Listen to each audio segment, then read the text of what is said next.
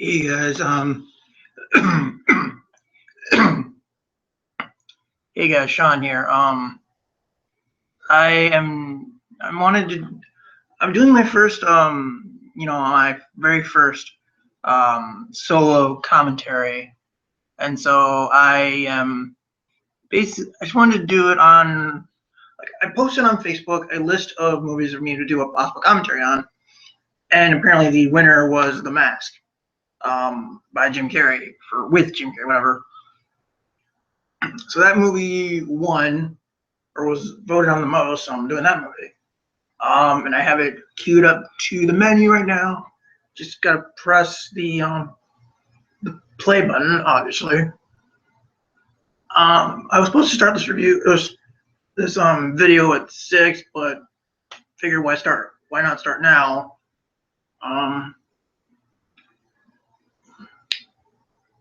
So if you guys want to message me, go right ahead.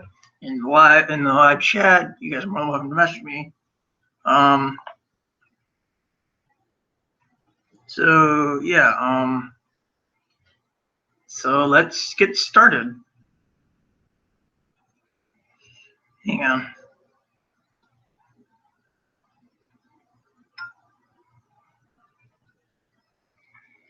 All right, let's get started here. Wrong remote. I have 3 different remotes here.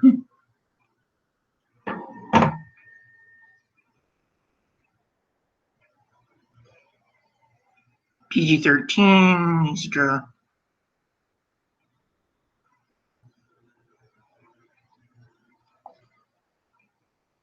New Line in Cinema logo. I think this is for the home entertainment one, though. Nope, this is actually the movie. Got a message from my friend Parker.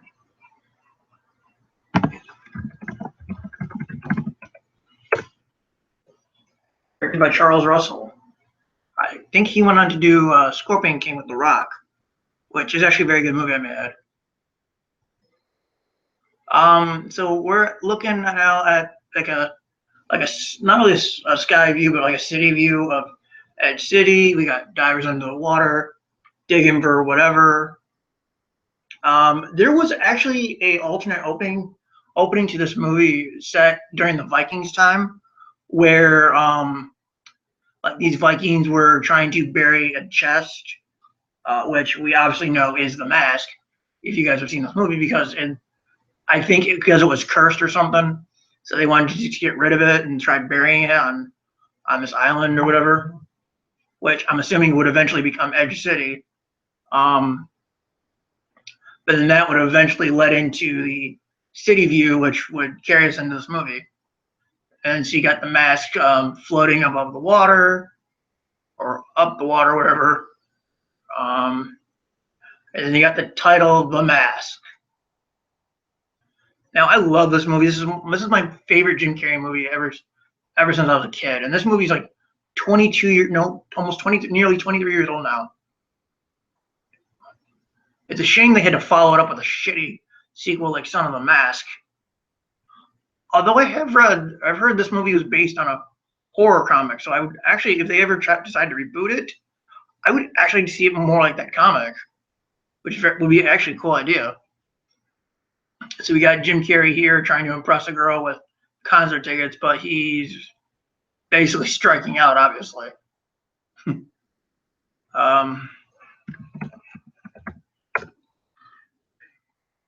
Carrey's always been kind of the nice guy in this movie. He's kind of a nice guy pushover. And it's kind of, well, not really a pushover, but he's always been like a nice, considerate guy, always thought of himself as never amounting to anything, and et cetera, et cetera. And that's pretty much the character arc he goes through in this movie. It goes from being a nice, worthless guy to being a self-righteous, confident guy, or whatever you want to say. I think I'm wearing her down. And introducing Cameron Diaz. This was actually Cameron Diaz's very first movie. So, yeah, not a bad movie to start on.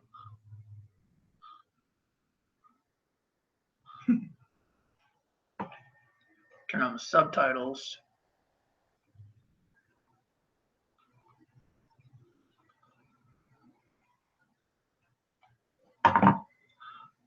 Yeah, perfect night on the town. Starts with a rain. Starts with perhaps a rainstorm. That is rich. And then Cameron Diaz finally shows up. 3 minutes in. Killer at 3:00.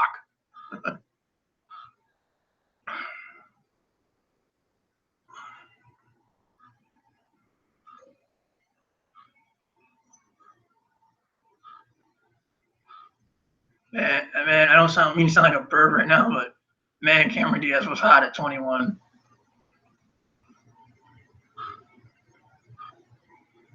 So hot. Again, don't mean to sound like a perv, but gotta speak my mind. And of course, Jim Carrey's friend Charlie is trying to basically hit on Cameron Diaz and striking out, obviously.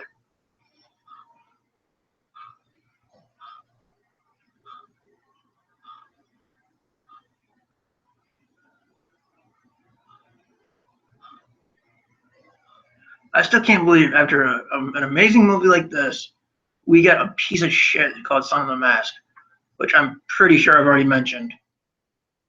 And now you got Jim Carrey fussing around with his desk drawer because he's basically playing a bank clerk in this movie, I guess you'd say. So, what kind of account do you have in mind? This was like one of the first movies, I think, to mix practical effects and with early CGI. And I think for as many times as I've seen this movie, it works. Like they actually mix it very well. I mean, there's not really any CGI shots right now. I'm just saying.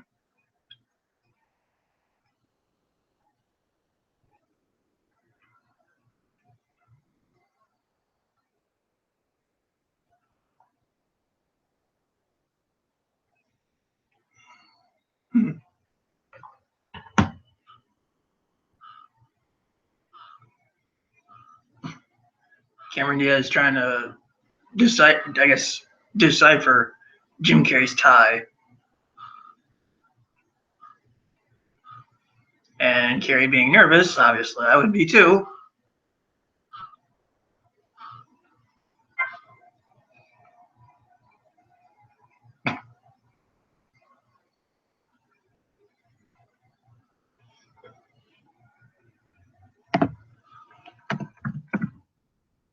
I'm not sure if you guys know this, but the large teeth that Carrey talks with as the mask, those teeth are not CG. Those are actually real large teeth that Carrey had to learn to talk through, which I actually kind of find funny.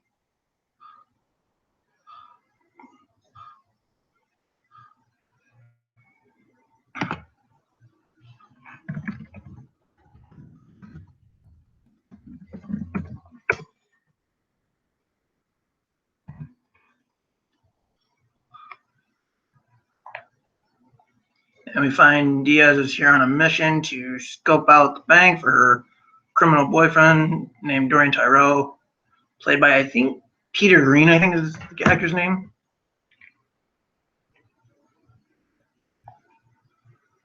I could be wrong. And if I am, I apologize. Oh, look, it's Reggie Cathey, or whatever, from Fan Four Stick. So he went from greatness to shit. Wow, dude, great career move.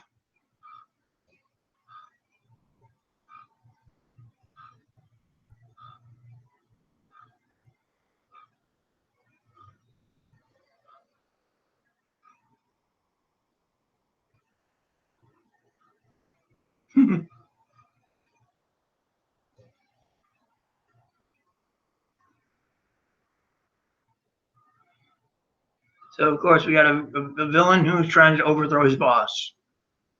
I not seen? Where have I seen that before? Hmm.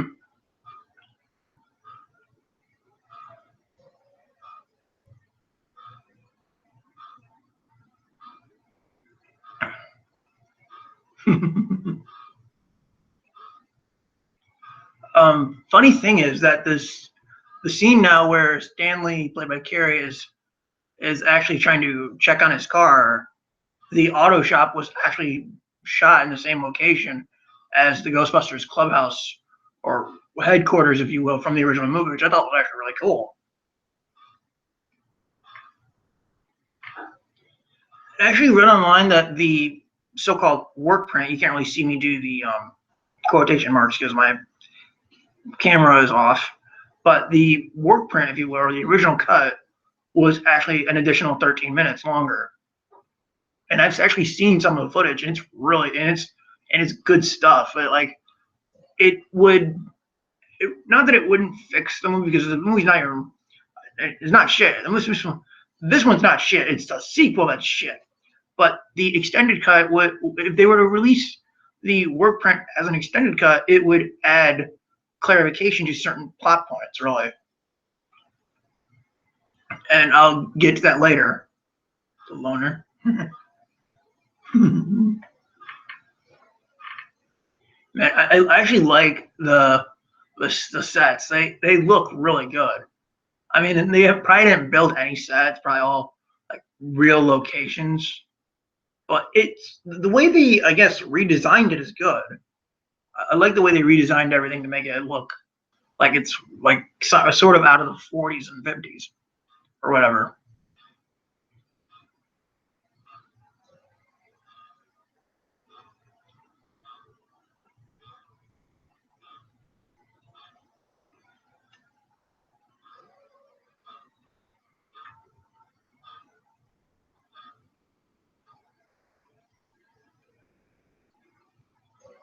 Hmm.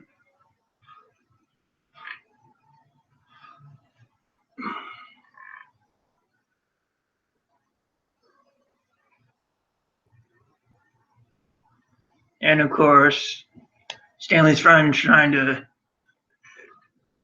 blackmail, or not blackmail, but trying to cheat his way into the club by paying off the bouncer, obviously. Haven't seen that before in movie or real life. And because Carrey doesn't get across the rope with his friend, he basically gets tossed out. Obviously. And he gets basically dumped on his ass. Hey, hockey guy, what's up? Nice picture of Heath Ledger, by the way, dude. And of course, Carrey's got to hurt himself.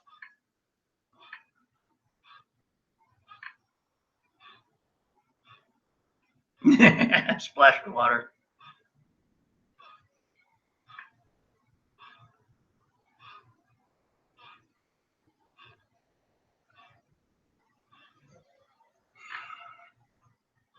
And now Carrey's about to embarrass himself in front of Cameron Diaz because of a shit car.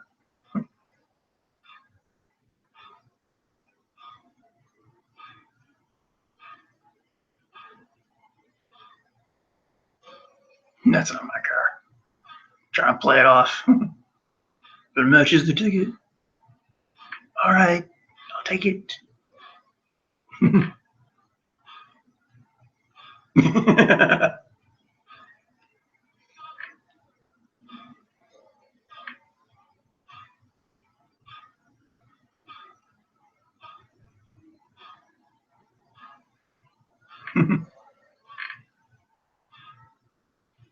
And now it's coming up where his freaking rental loan or whatever we call it starts breaking down on him.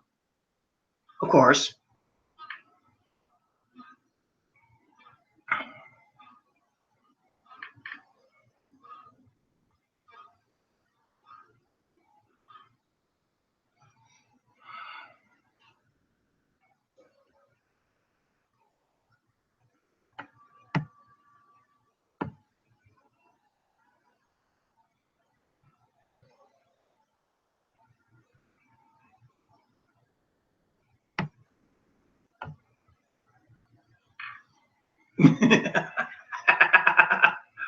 Yeah, never try and touch a hot car or any hot metal at all because it'll hurt like hell.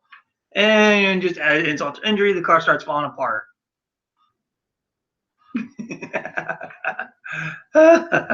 Funny.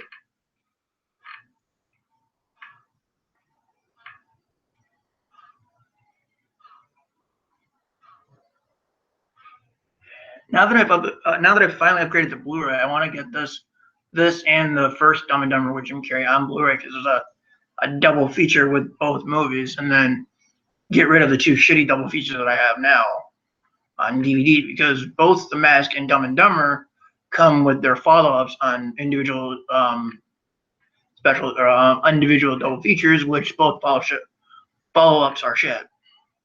Son of the Mask and When Harry Met Lloyd both are shit, and I want to get rid of these double features, which is why I want to get The Mask and Dumb and Dumber on Blu-ray double feature because I think it'd be really cool. And Stanley's now obviously thinking that the person in the water is a person, which it's not.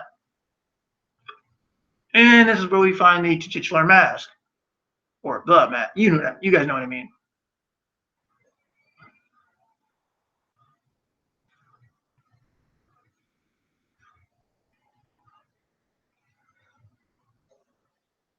And he goes to put it on, but the cops kind of stop him.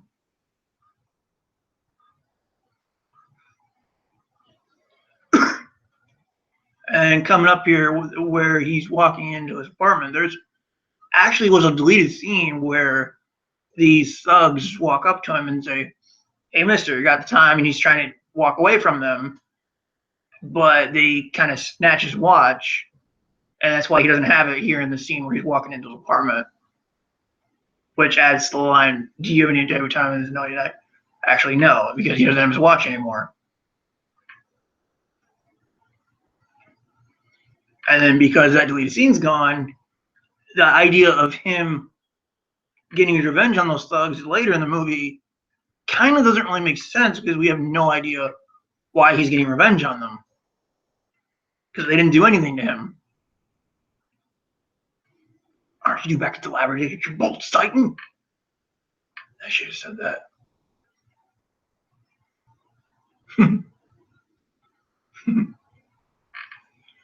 And I honestly like the concept of this movie. Instead of making it a watered down PG-13 movie, they kind of built into this movie the concept of Carrey's character being a lover of cartoons, so that it just doesn't. So it makes the tone from the comic, the changed tone from the comics, allow it to make more sense because we have a guy who basically loves old cartoons. I think it's really cool.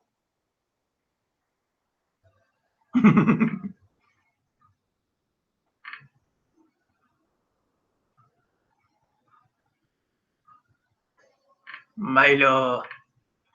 Milo in this movie is basically Jack Russell Terrier, I think.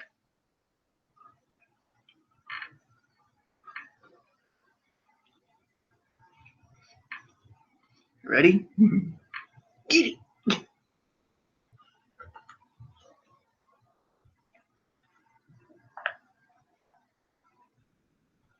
Stanley really hates his landlord.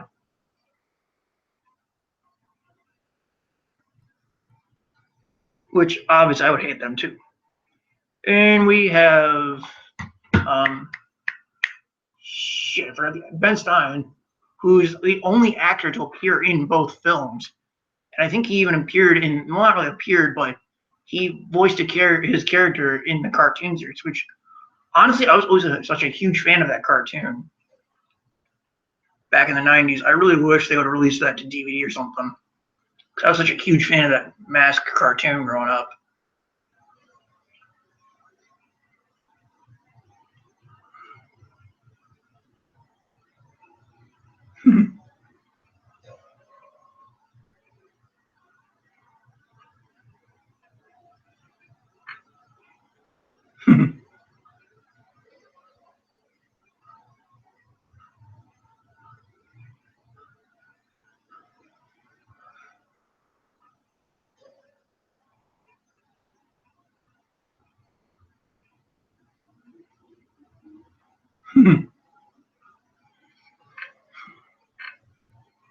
CGI in this movie is brilliant. Like I love how they integrate it with the practical effects.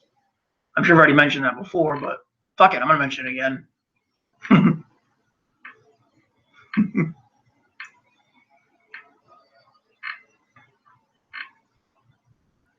Smoking. It's party time. Party, because I got. This movie just so dang quotable. That's one of the reasons why I love it so much. Is because you can quote just about every line of dialogue in this movie. Shh.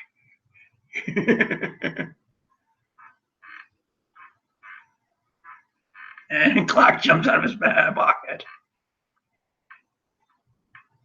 And he tries to catch it, and it doesn't work.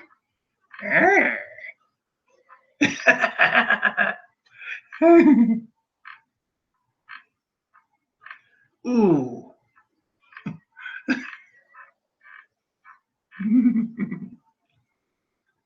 Snooze.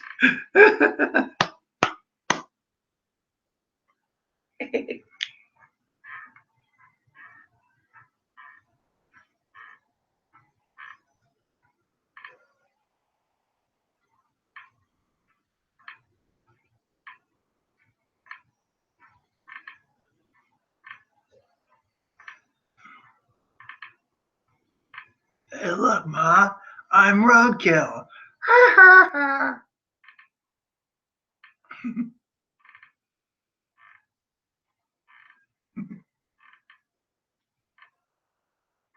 think he wants to communicate.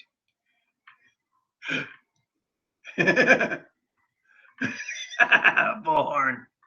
A cartoony bullhorn. That's so funny.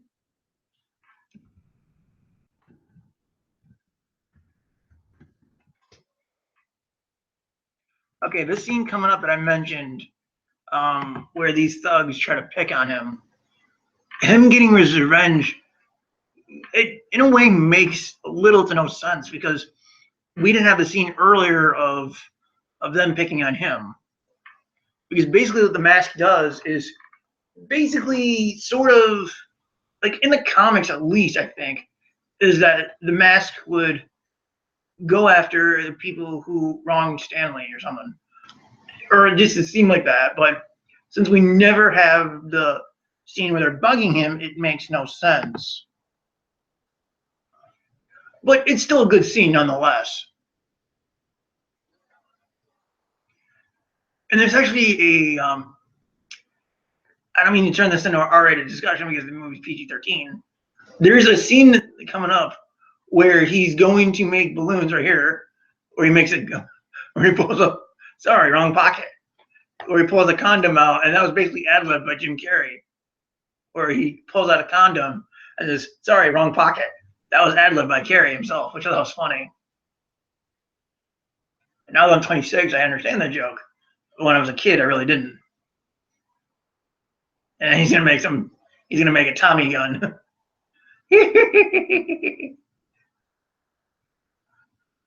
Wow, 20 minutes, or like 20 minutes into this movie's moving fast. A Tommy gun.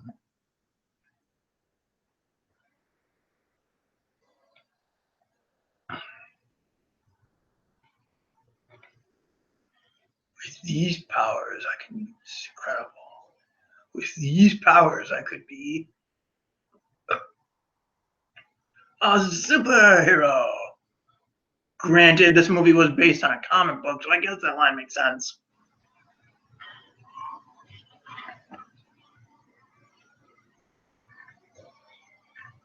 Okay, the scene here where he's getting his revenge on the mechanics, this scene was actually extended by a bit.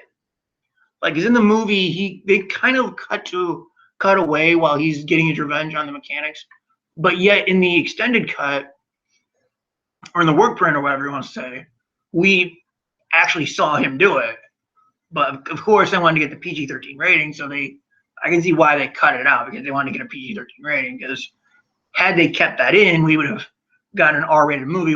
So I understand why that was cut because they wanted to keep a PG-13. So I understand.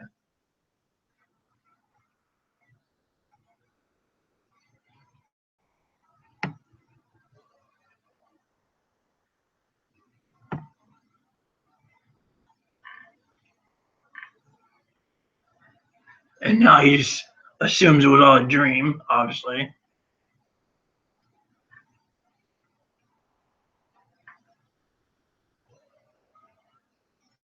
Oh, God, we have the cartoons.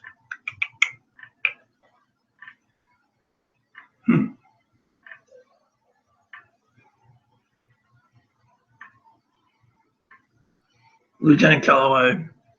I forget who he's played by, though. And, of course, you have Carrey trying to feign ignorance.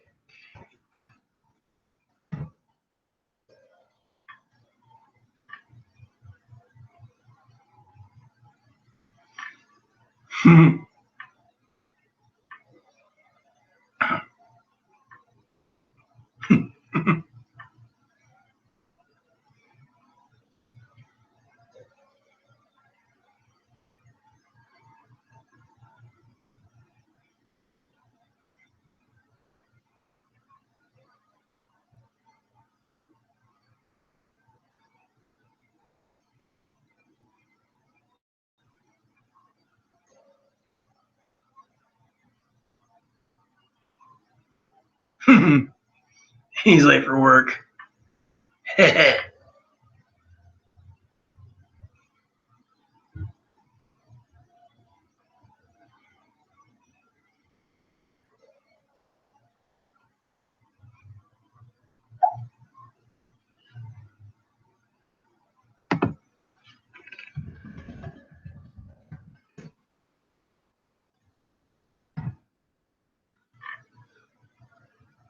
So you guys are enjoying this commentary, or this commentary. If you guys like this, I'll probably do more of them. So this is just a trial run, really. He finds the mask on his bed and tries to toss it out the window, saying, "I don't want more. I don't want this again anymore." But apparently, the mask is like a boomerang because it comes back and lands on his couch.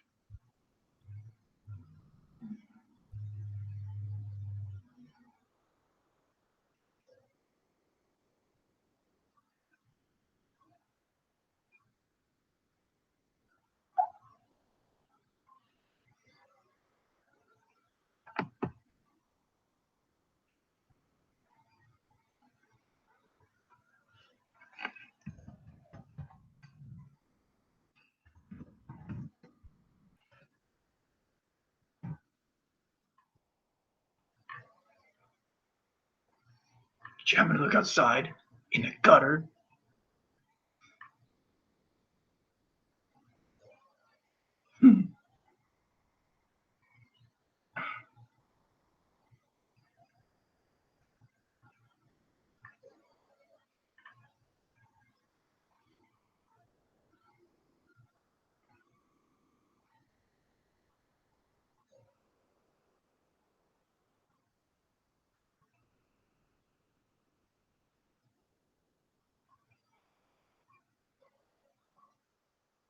Yes, be sure to send her to my office so that I can rape her. What a dick.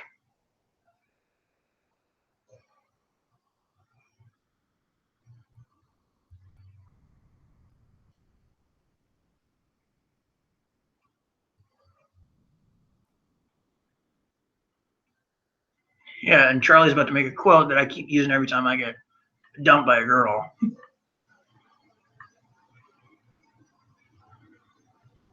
That girl will tear out your heart, put it in a blender, and hit frappe.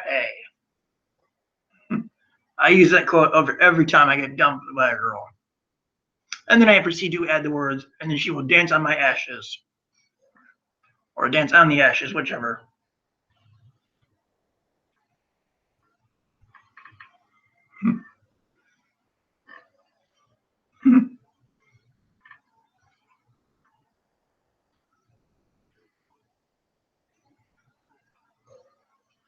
Ouch, Charlie, and again getting struck down, man.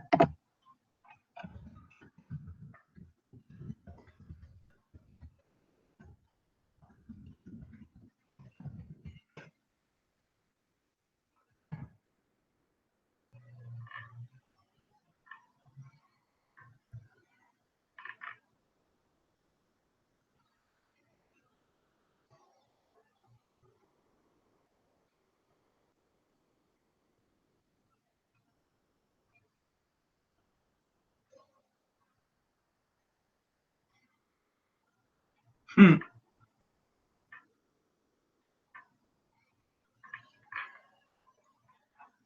Yeah, character Peggy Brandt actually makes a.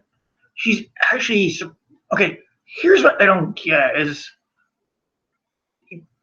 okay if they were trying to make the cartoon sort of a sequel to this movie, which I kind of wish it was sort of, which in some ways it kind of is, but kind of isn't. But if that's the case, why would they bring Peggy back? Why not Tina in the cartoon? I just never understood that really.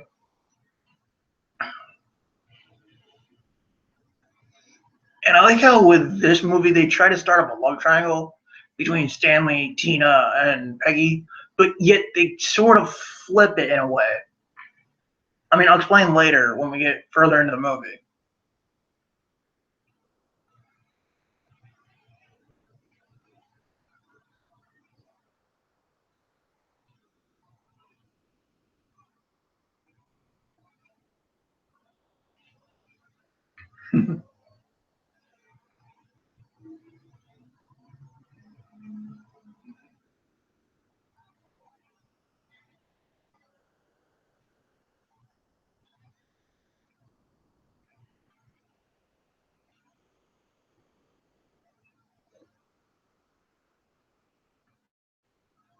And she just spilled the beans.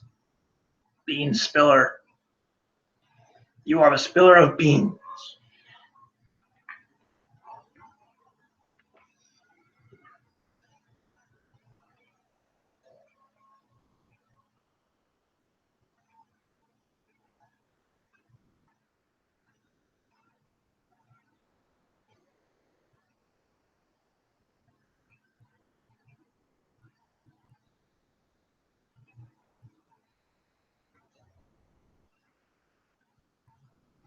And so we're doing gets basically bitch slapped by his boss, essentially.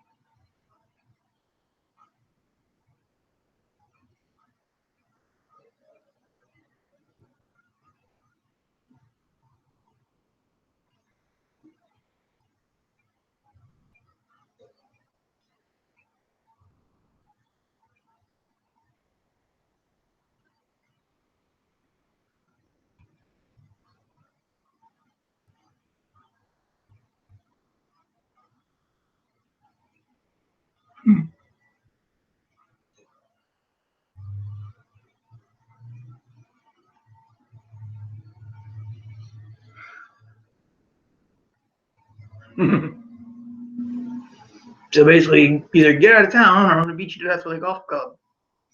Sounds fair. And now we're back at Stanley's where he's having kind of a nice dream, if you will, about Tina, played by Cameron Diaz.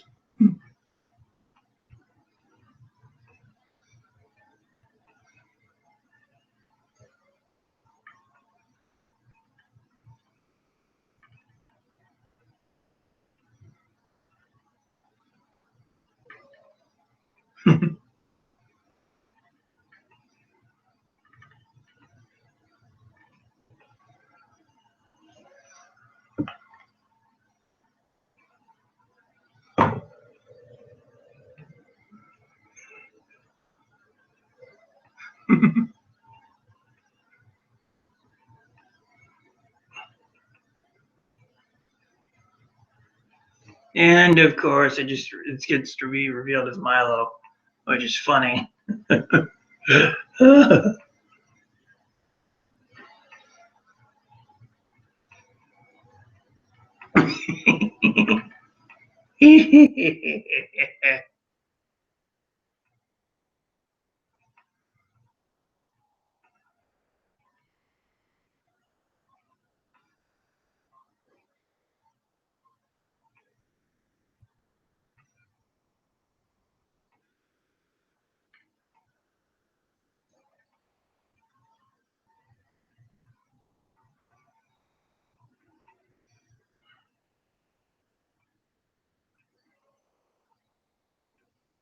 Don't say never, man. I never thought I'd ever. Oh wait, I haven't technically found anyone. Huh. Oh yeah, okay. How about this? I don't say never, man. I never thought I'd get a Blu-ray player, yet I found one dirt cheap. Surprisingly, no remote.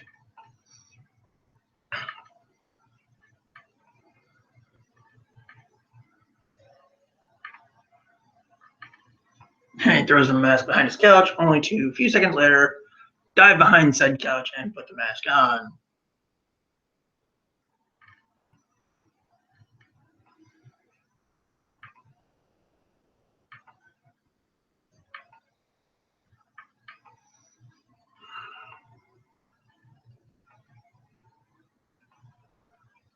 Now, the suit he's wearing now, the yellow suit, is actually kind of the one he wears mostly in the cartoon series.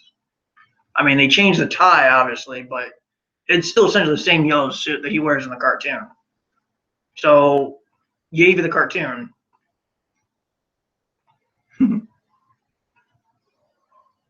He uses Milo as a towel. Ooh, somebody stop me. Uh-oh. Give me the scene, get on the green. I'm gonna make a stab. I just so love this movie and how quotable it is.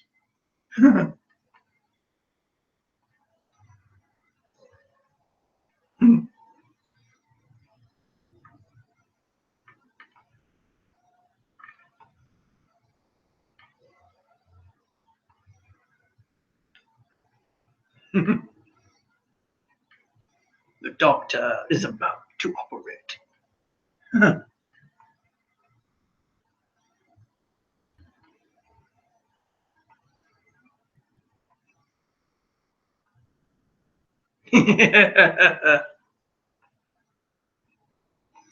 Dorian's men got beat.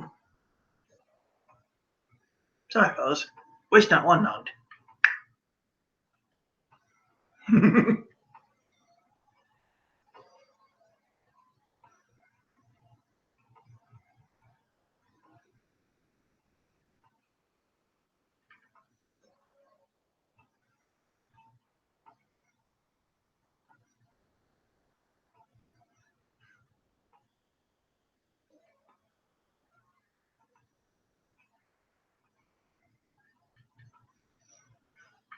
Here's another funny scene coming up where Stanley, now has dressed as the Mask, is trying to get into the Coco Bongo.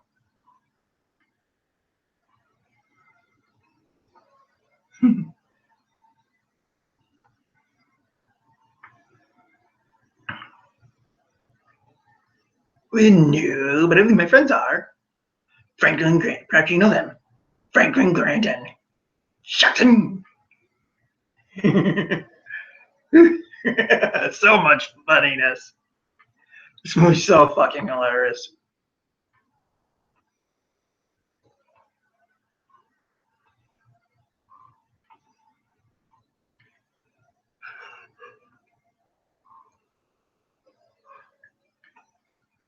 All right, we're now at the Coco Bongo with Tina singing a song, but sadly not sung by Cameron Diaz. It's overdubbed by somebody else for some reason.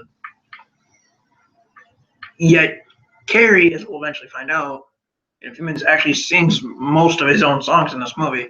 So I don't get why they had to dub over Cameron Diaz for some reason. Maybe she couldn't sing or something. I don't know.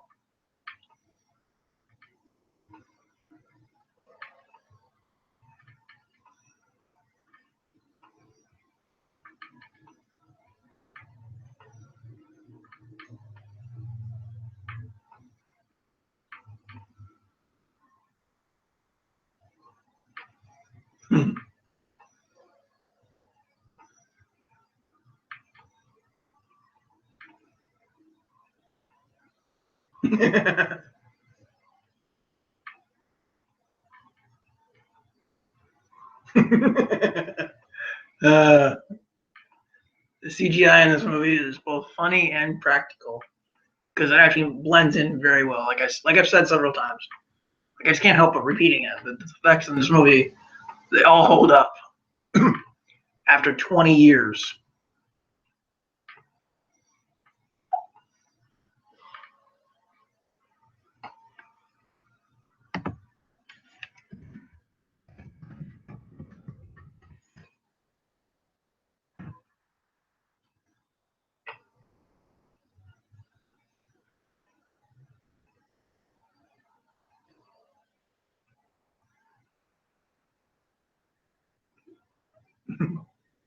Sledgehammer.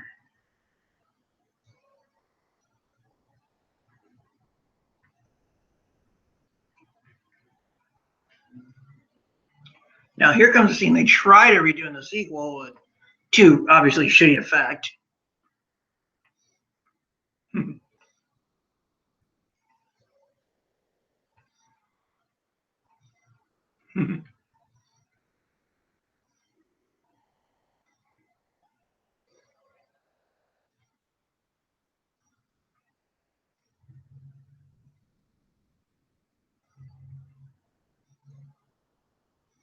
I'm not sure, but I think Diaz and Carrey had to practice this or dance routine for so many hours, for so many days. Because honestly, I think it's really them. I think it's really them doing it. So they had to practice for so long to get this routine perfect.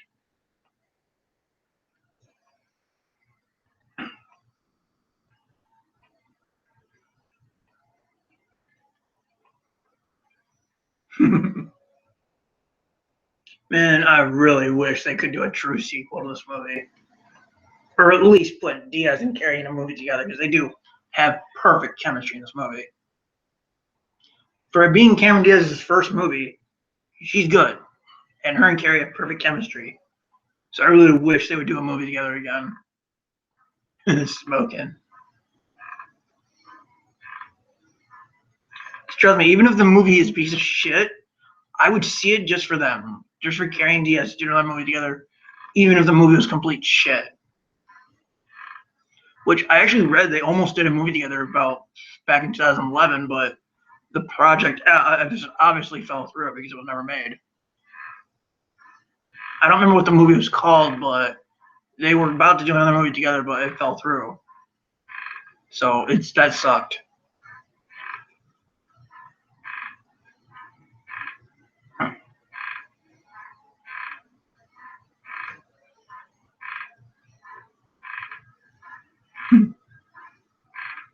I guess it just makes this movie one of a kind.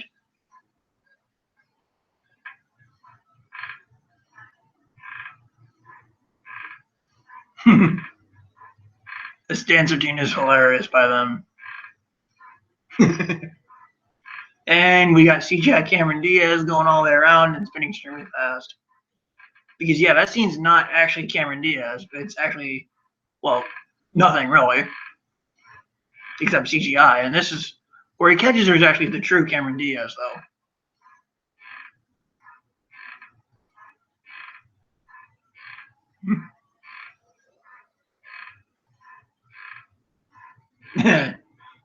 Talk about foot popping.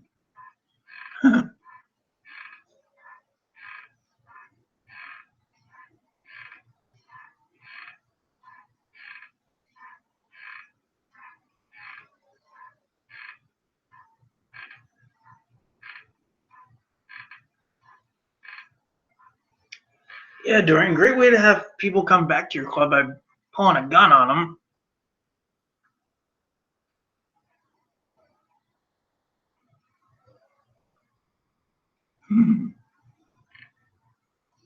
8% stock and bonds, carrying the knife, dividing the gross product. Fortunately, funeral bouquets and a toxical. Ice the stud beat.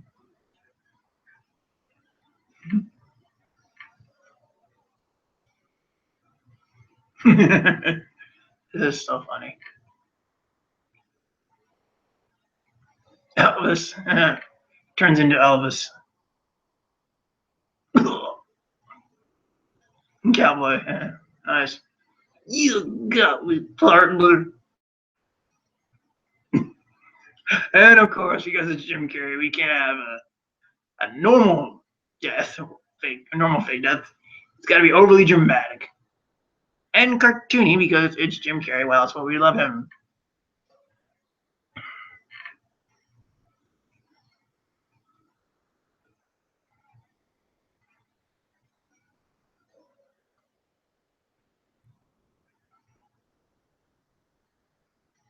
Dude. Yeah, he mentions Tiny Tim, yet several years later, Carrey would go on to do a Christmas Carol featuring Tiny Tim, which I actually kind of think that's actually kind of funny now. Barn Bear. It's funny how the guy is crying as Jim Carrey fakes his death. Fourth wall. It's all hilarious. This fourth wall joke's so funny where Carrey is the mask is accepting an award and Dorian's all kind of nervous about his appearance. Fourth wall. This movie is so funny.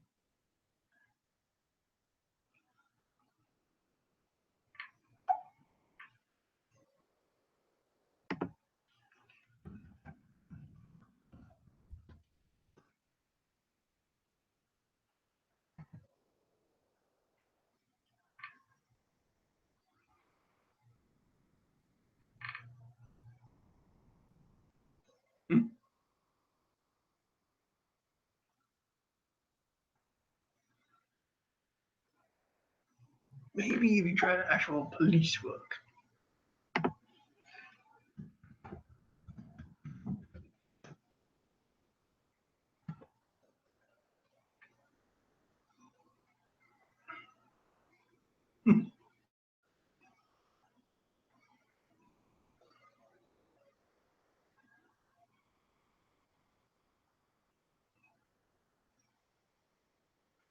Ipkiss.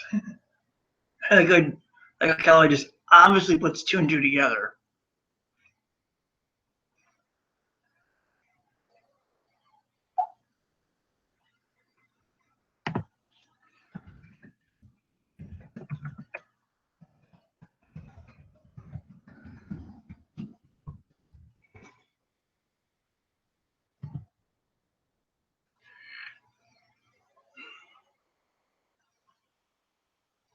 Now Carrie's trying to hide all the money that he apparently robbed unknowingly in a better way.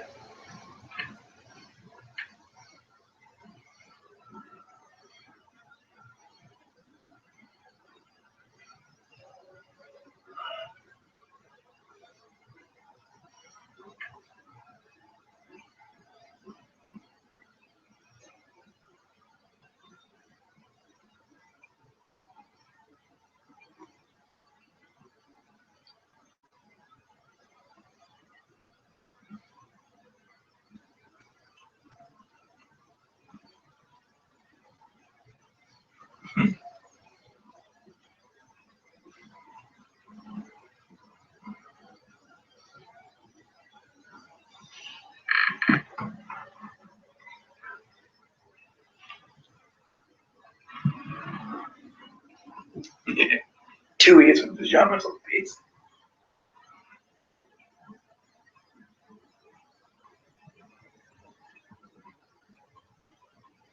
Yeah, of course, we're stolen.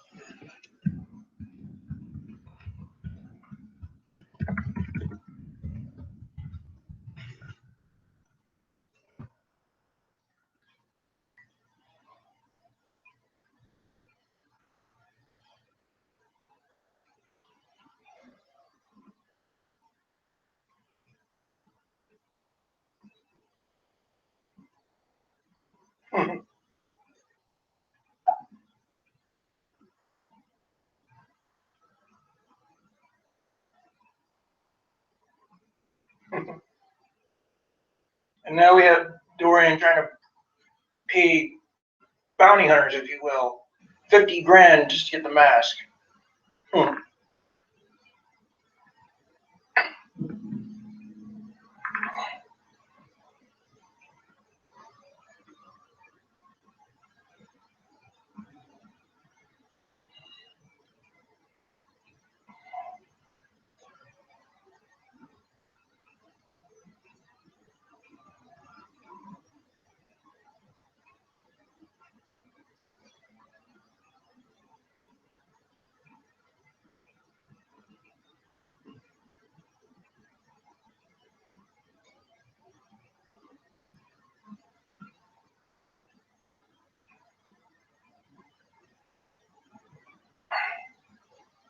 You know, Dorian, you expect to have a girlfriend, and you may try and be nice to her.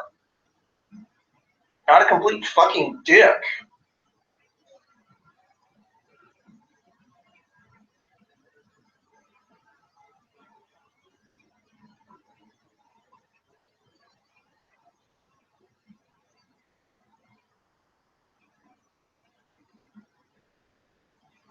And now Stanley starts growing a fucking spine. He's the boss.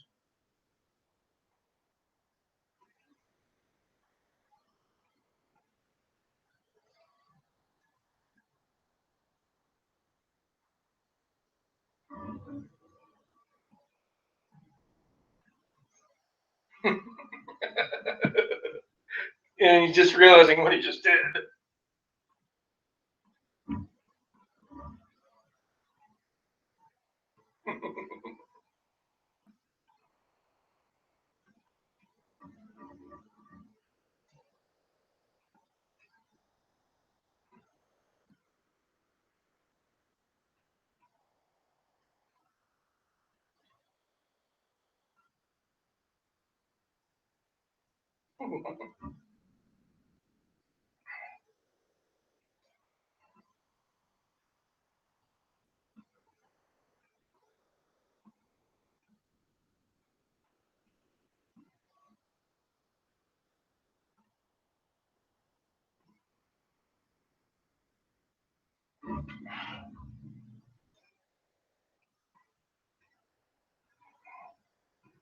Tina basically came to tell Stanley she's leaving town.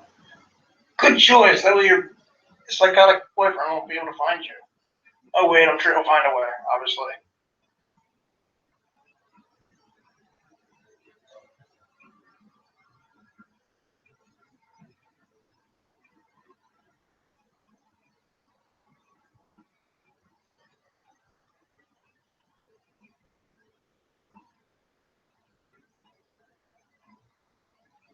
Hmm. And obviously, okay, this is kind of borrowing from Superman, where Tina's in love with the quote-unquote hero, not the normal guy. And just like Lois in the original movies and comics probably was in love with Superman, not Clark Kent. So kind of funny they're borrowing from Superman unintentionally.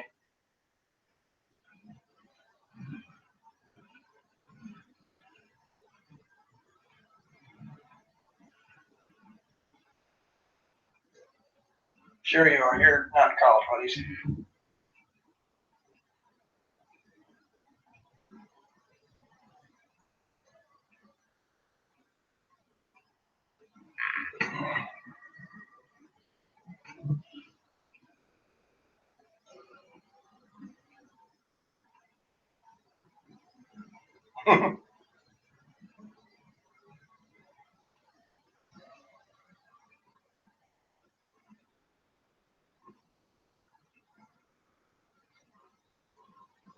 Hi, Benstein. Again. Okay, and we're coming up on a part that really pisses me off about the sequel. I'll get to it in a second.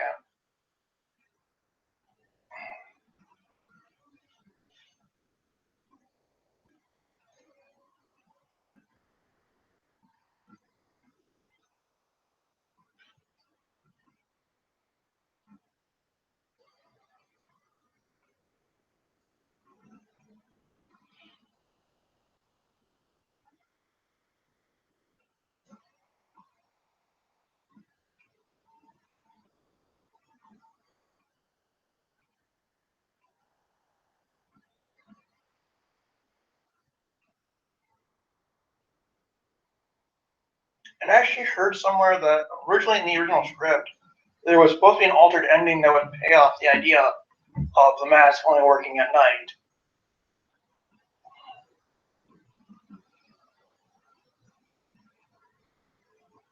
Which, yeah, that's what the sequel failed on. See, who even wrote the damn sequel? Let's see, writer, written by Lance something. Lance something. I don't know the last name. Lance Kazel or whatever, whoever his name is, he apparently did not watch this first movie before writing the sequel because you would have remembered the mask only works at night. But of course, he didn't realize that part and left it out of the sequel. So God, fuck you.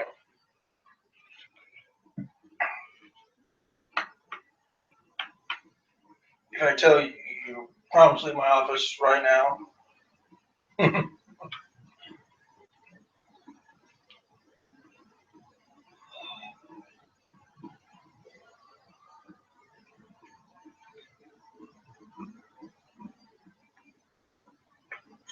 Goodbye, Ben Stein. We will see you in the shitty sequel.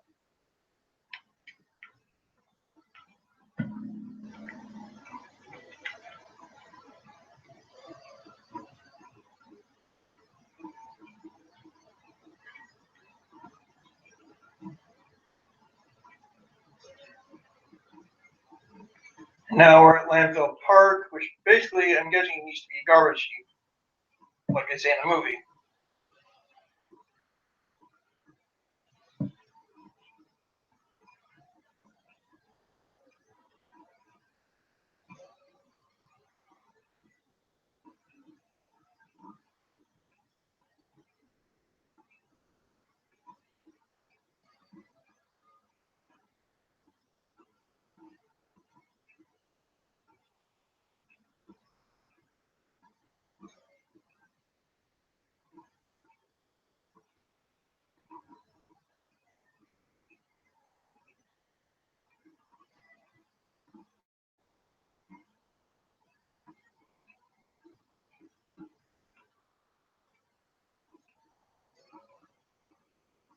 You know, if Landfill Park used to be a garbage heap, I wonder where all the garbage went.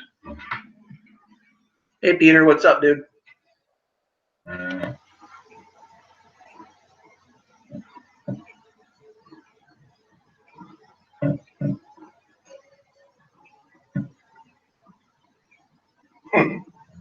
Hello, Sally.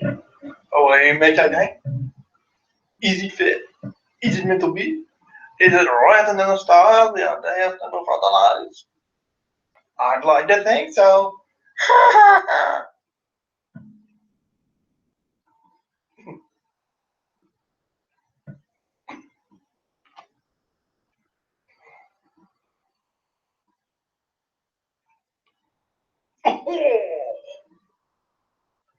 That had to hurt, kicking the nuts.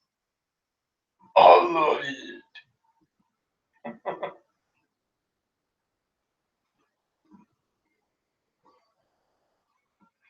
You like our lit walls, and I am another thorny. You don't know, I don't care.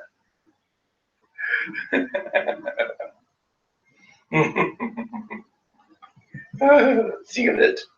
No? This is so funny.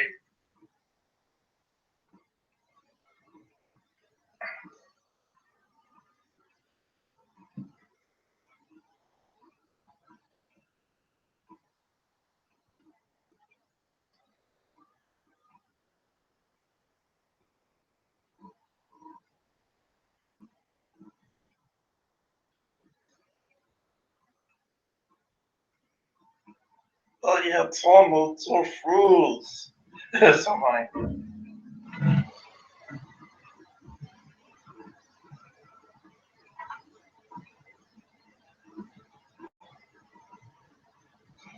The makeup effects on the mask itself is actually really good. It's like I said, it's a lot better than the sequel.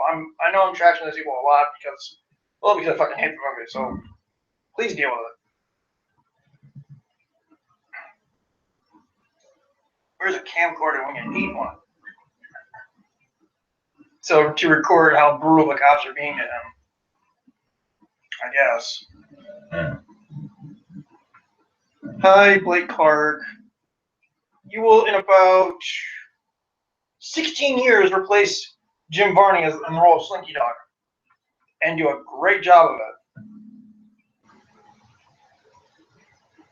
Wow, short cameo. Bye, Blake Clark. Go star in an Adam Sandler movie now. Or Boy Meets World or something.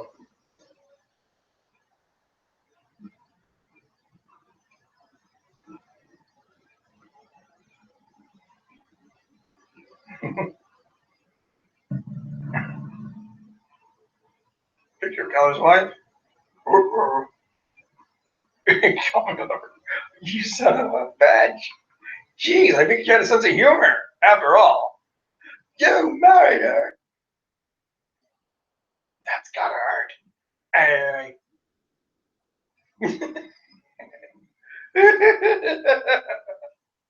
So hilarious. This is so hilarious. And we get to the part where he does the Cuban Pete number, which I think is kind of funny. So yeah, if you ever want to get rid of the cops, just dance around like a weirdo. Because apparently this movie makes it work.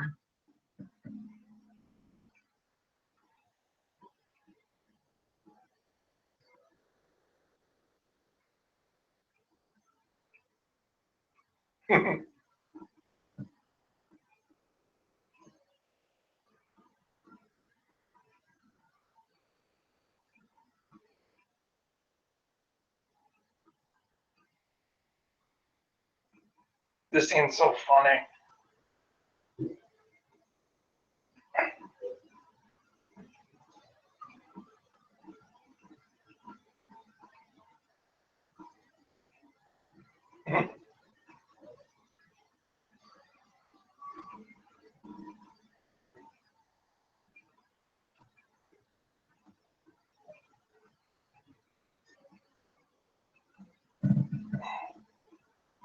We're already an hour into this movie and about 40 minutes left.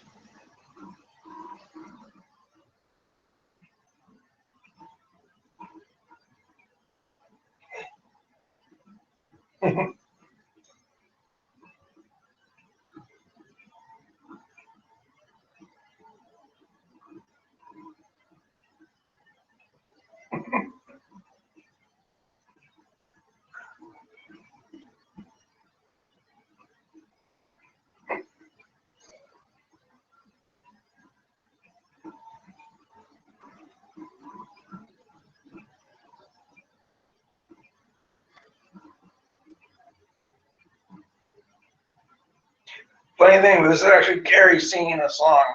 This Cuban Pete song. It's actually Carrey singing, which I think is kind of funny. Which again, I don't get. You like Carrey singing, but not Cameron Diaz. That doesn't really make much sense. But I don't care. I'm not the one who made the movie. And then Doyle starts dancing. You start dancing, I'll blow your brains out. Okay, there's a theory going around that maybe Doyle suffers from like an intelligence disorder where he's not completely all there in the brain, which would make sense. Like he has the mind of a child, sort of.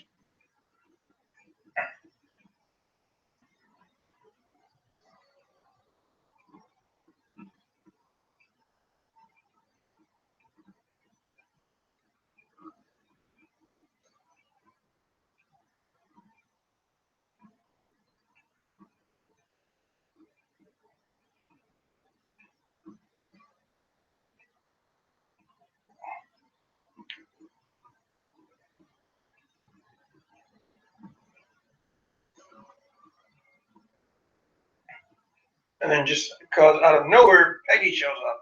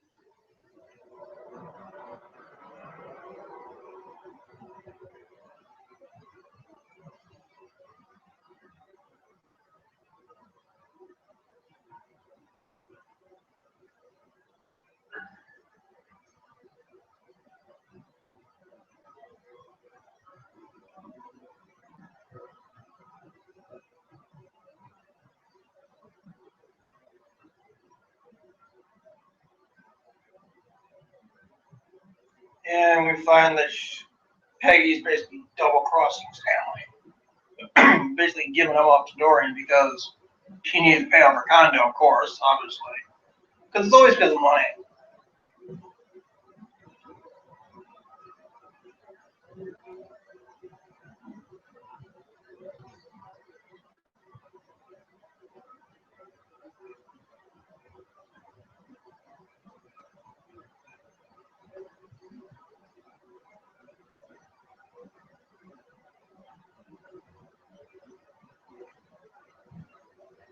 Okay.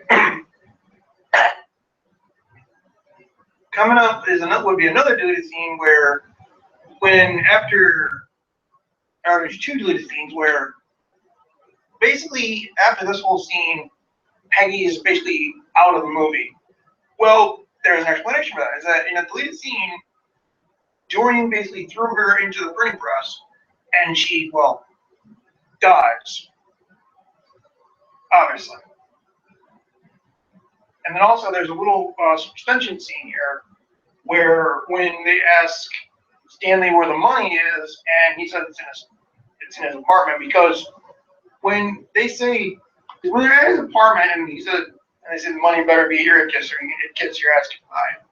It really doesn't make that much sense. How would they know it was at his place if he never told them? Well, in a deleted scene, he does tell them, which I kind of wish they would have left it in, though. Sadly, they don't. But okay.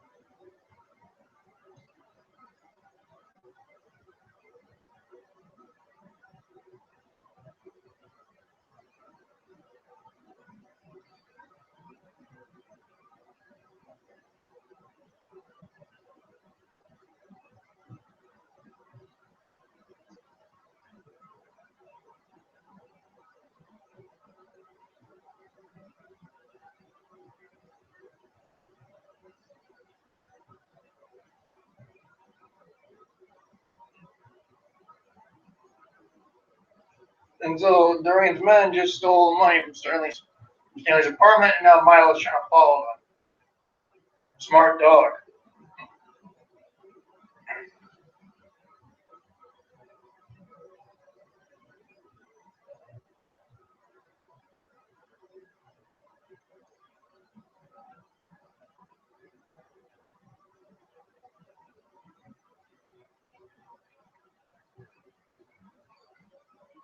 And he does.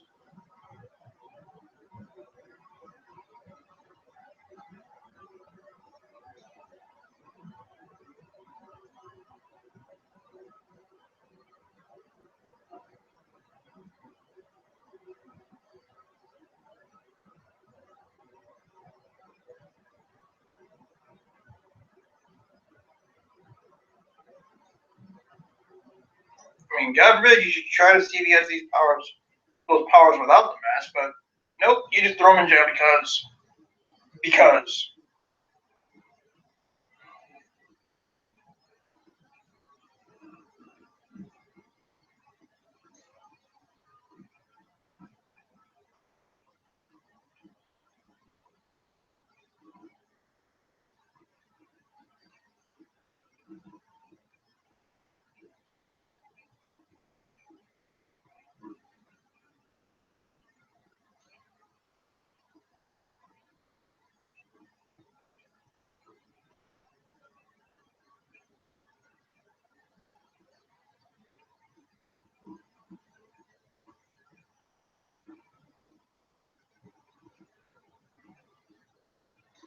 And now Stanley's in prison, and Tina's visiting an inside prison.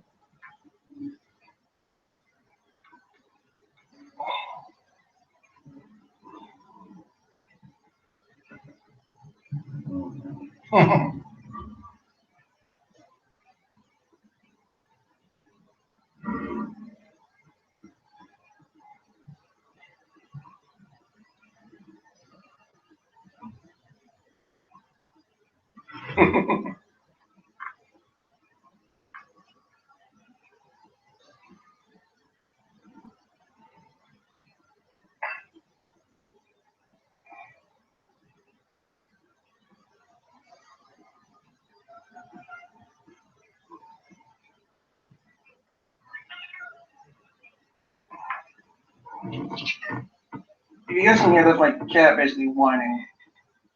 Thank you.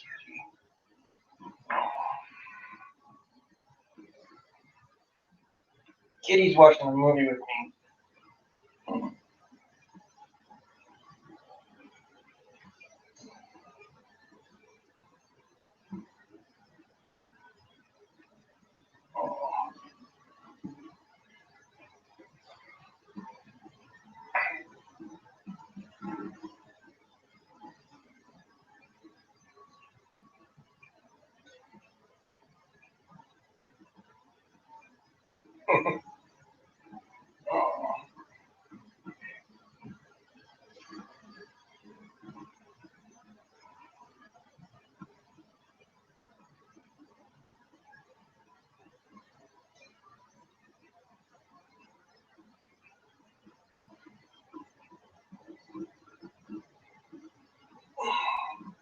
Sweetie, you didn't even know he was the mask until just now.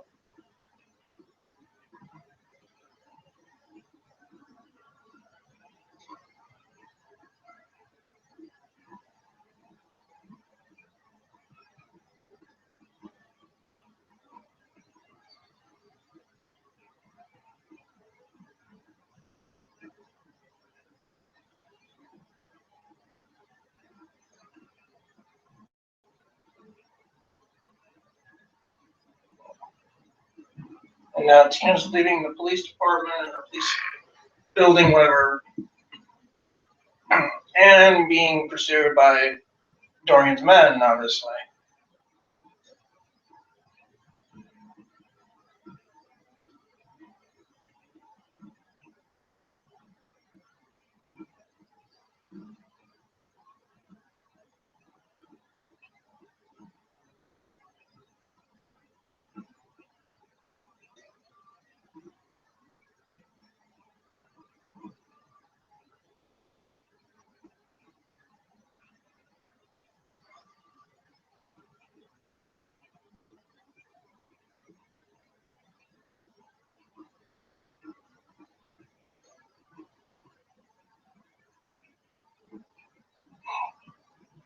Wow, what a stupid cop. Someone's in danger and not willing to help. What a retarded cop.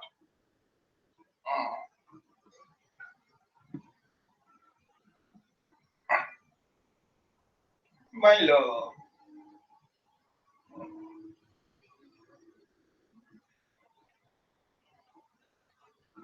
Now Stanley trying to get Milo to jump on the wall to help get him out of prison so he can go save Tina.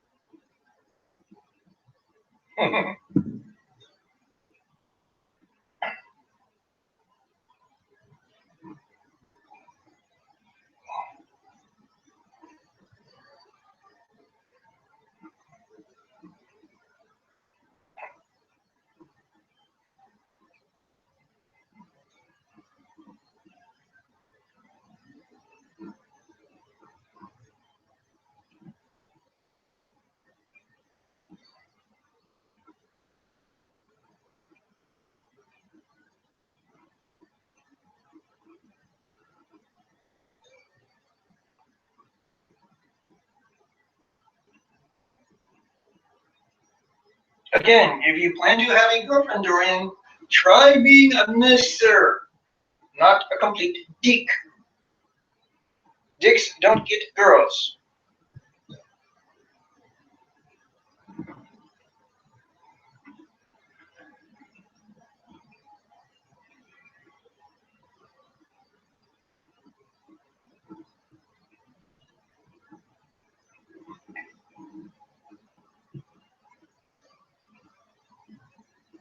Yay! Milo makes the climb.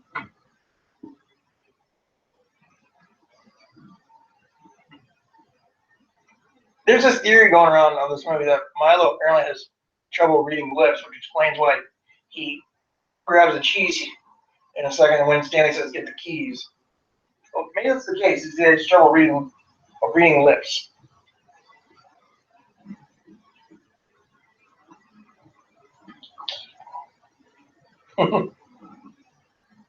Not the cheese, the keys. Put the cheese down and get the keys. Go on, over here. Over there.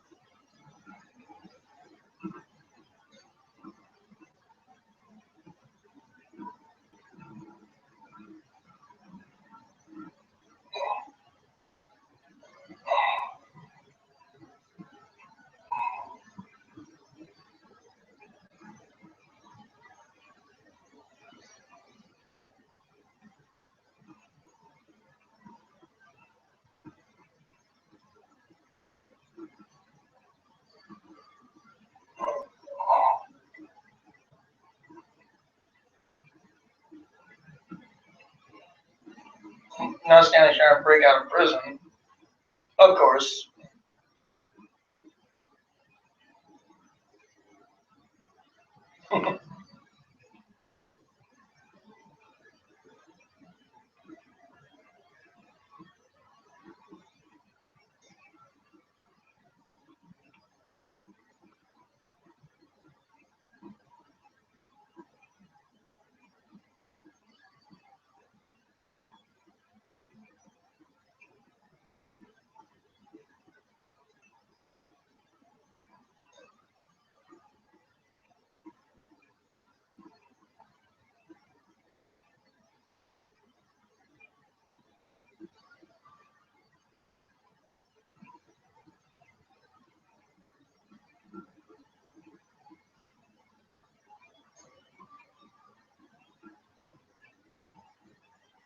Okay, how no one saw that gun, I will never fucking understand.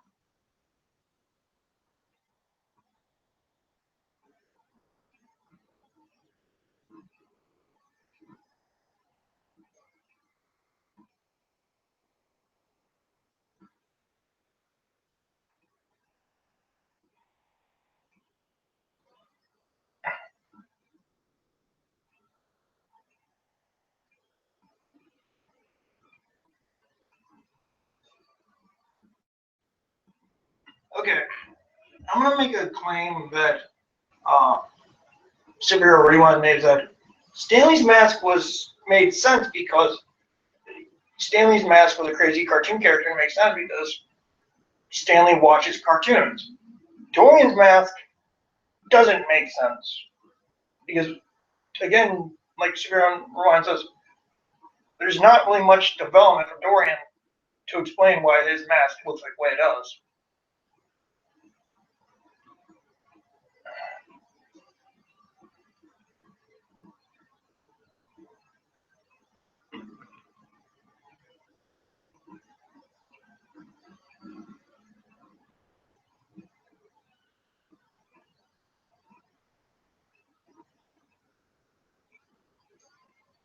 And Dorian and crew bust into the club to overthrow everything, obviously.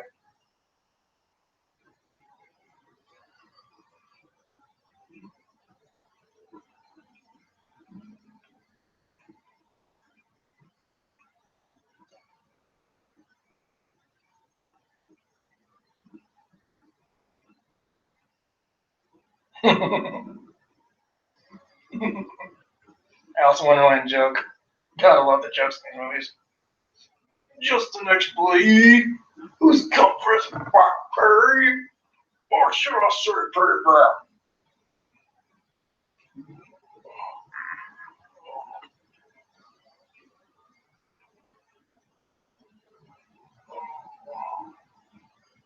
Kitty.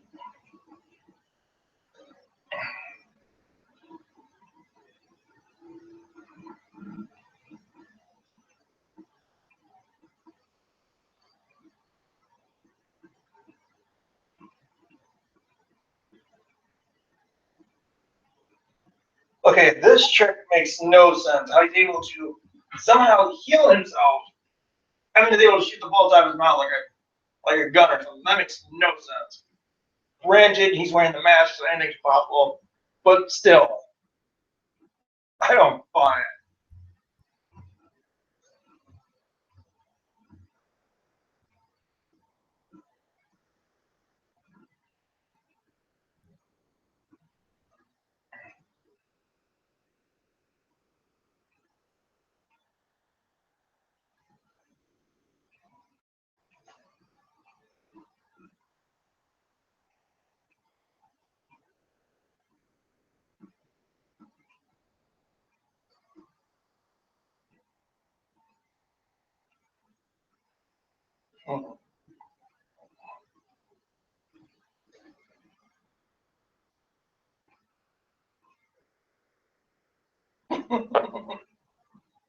He's a dead man.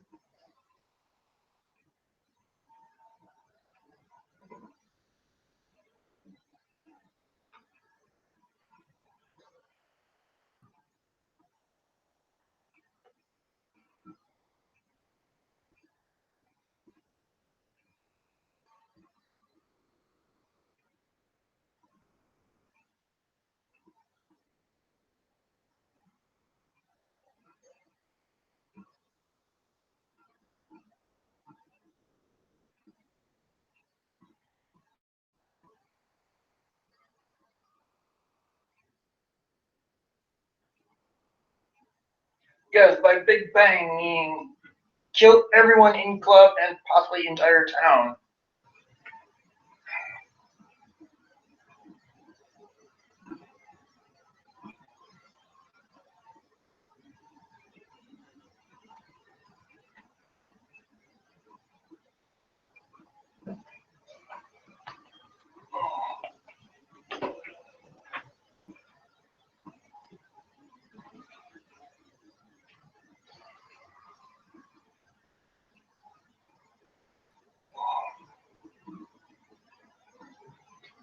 This party's over in 10 minutes. Well, the movie's over about 20.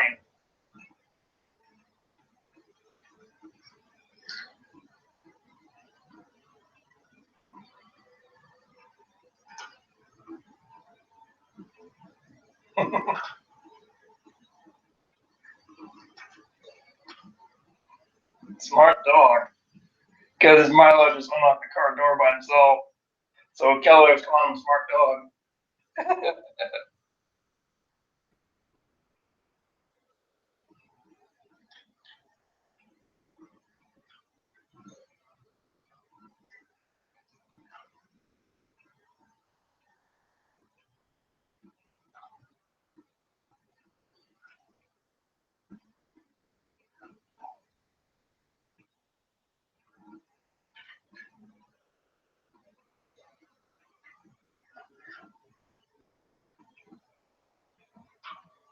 Dude, there's always a way to turn a fucking bomb off. So don't give me that. I can't shut this thing off. There's always a fucking way to shut off a bomb. Unless you forgot to put the off switch on there.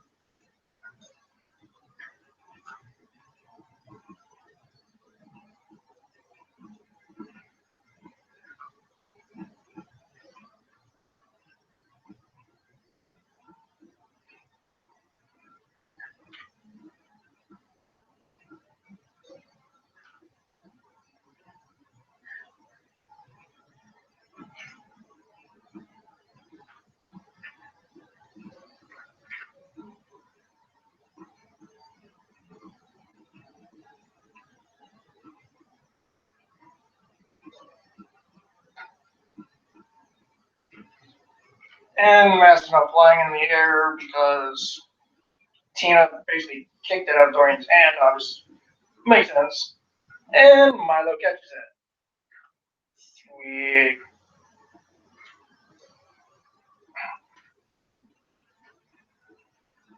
Mm-hmm.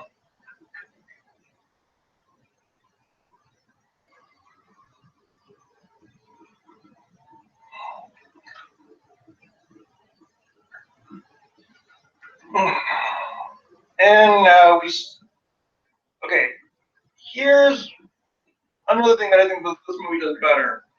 The fact that the dog wears the mask is that the reason why CGI looks good in this movie, especially with this part, is because unlike in Son of the Mask, they don't overuse it. They show it like a few seconds, and then they cut away to something else, such as this, with Stanley and Dorian fighting.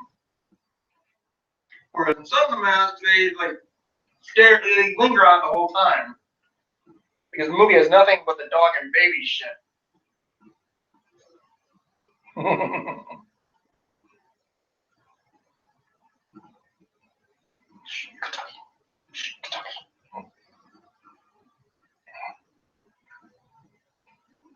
Because we only see it for like a few seconds here and there on this movie. But with Son of the Mask, and I know I'm shitting on that movie completely, but kind of not to, they linger on the dog's masked face for several fucking minutes.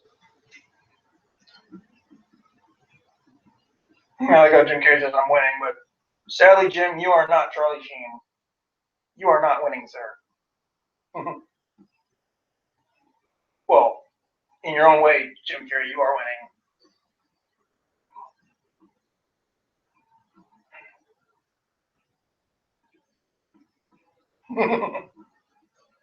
That had to hurt. Stanley just punched Dorian into a jackpot machine, and that had to hurt.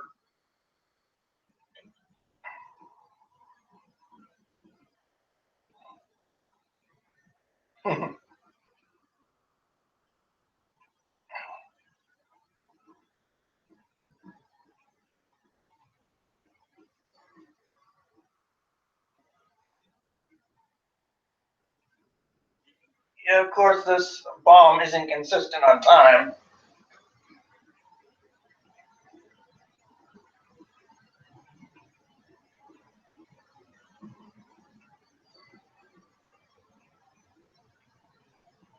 Stanley's not dead. Waste. Did you miss me? I guess not. Oh, yeah, not yet. I guess not. That sounded really.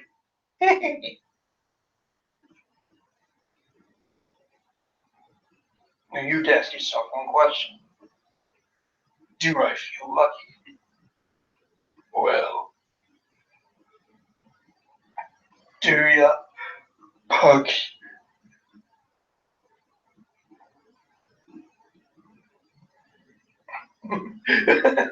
Cartoon guns. So funny.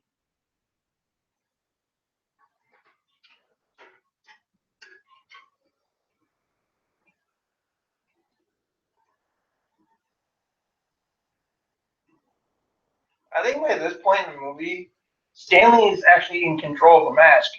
Rather, in the beginning, it was more the mask was kind of in control. But now I think Stanley is. You know, because Stanley pretty much does most of the heroic legwork himself. The only time he's required to do it, put on the mask, when he has to digest the bomb. How did he do it?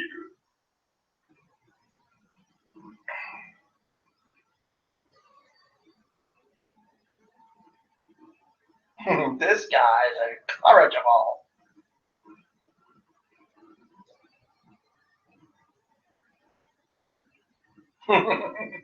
During gets flushed down a giant toilet, apparently.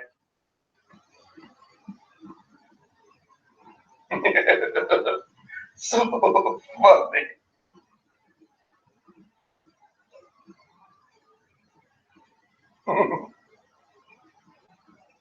Eu vou querer. Oh, Yagabashi.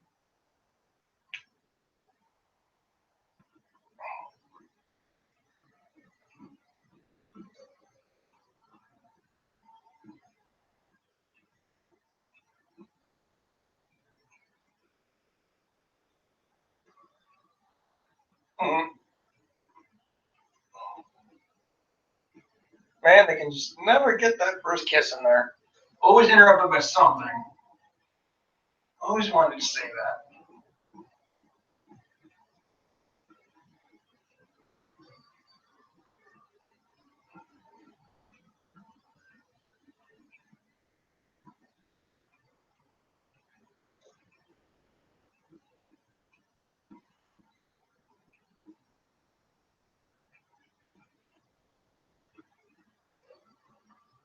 Uh-oh.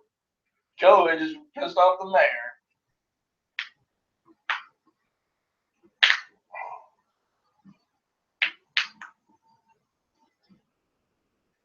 Charlie, you barely did jack shit. In the movie or in the TV cut, they had to cut the word balls out, obviously, and change it to nerves of steel.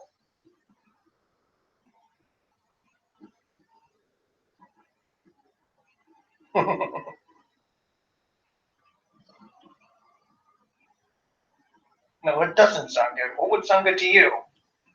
Preface. Shut up. It's so funny. And here we are, pretty much at the last few minutes, last 10 minutes of the movie. Driving up to a bridge, pretty much. Milo, Tina, Stanley, and Charlie all in the car.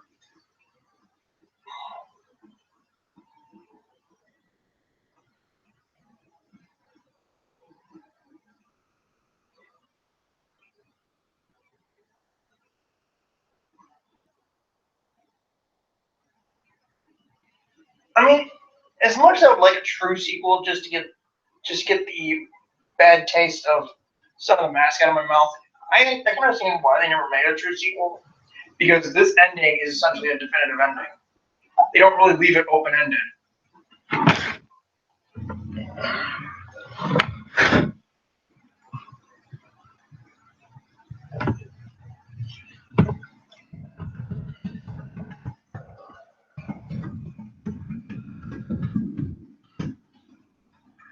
And now Charlie's trying to chase after the mask. I don't know why, but he just is.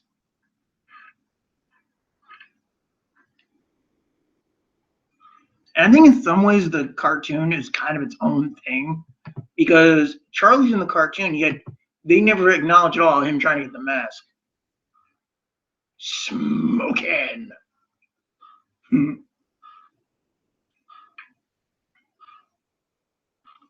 So guys, hope you enjoyed that. That was The Mask from 1994. Hope you guys enjoyed that.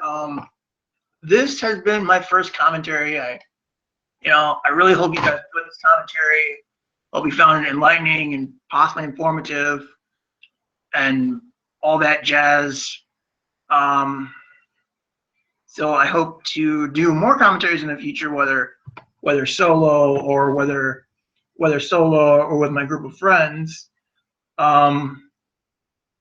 If I do another commentary, like another solo one, it'll be either on Superman 2, the Donner Cut, or probably Daredevil. I don't know. I'm not sure yet. And if I do Daredevil, it'll most likely be the director's cut, probably. So I don't know what I will do next for a commentary. So either Superman 2, Donner Cut, or Daredevil director's cut, probably. So hope you guys have enjoyed this bit. Hope you guys enjoyed this commentary, and look for more reviews and possible commentaries in the future. So I guess I'll see you guys next time. I would wave, but you guys can't see me. So look forward to more content from me, whether it's reviews, commentaries, or vlogs. Because I think I'll start doing commentaries more now. And obviously I'll pop up in other people's stuff, obviously. Like, I think my friend Anthony is going to try to do a commentary on X-Men Apocalypse with the gang in it. So I'll probably pop up in that. Look forward to that. Probably sometime this summer we'll do the Hobbit commentaries on my friend Parker's channel, so look forward to that. And look forward to any possible upcoming spoiler chats on our channels. So look forward to those too. All kinds of stuff we got coming out. I hope you guys enjoy everything. I will catch you guys. I'll catch you guys later. Bye bye.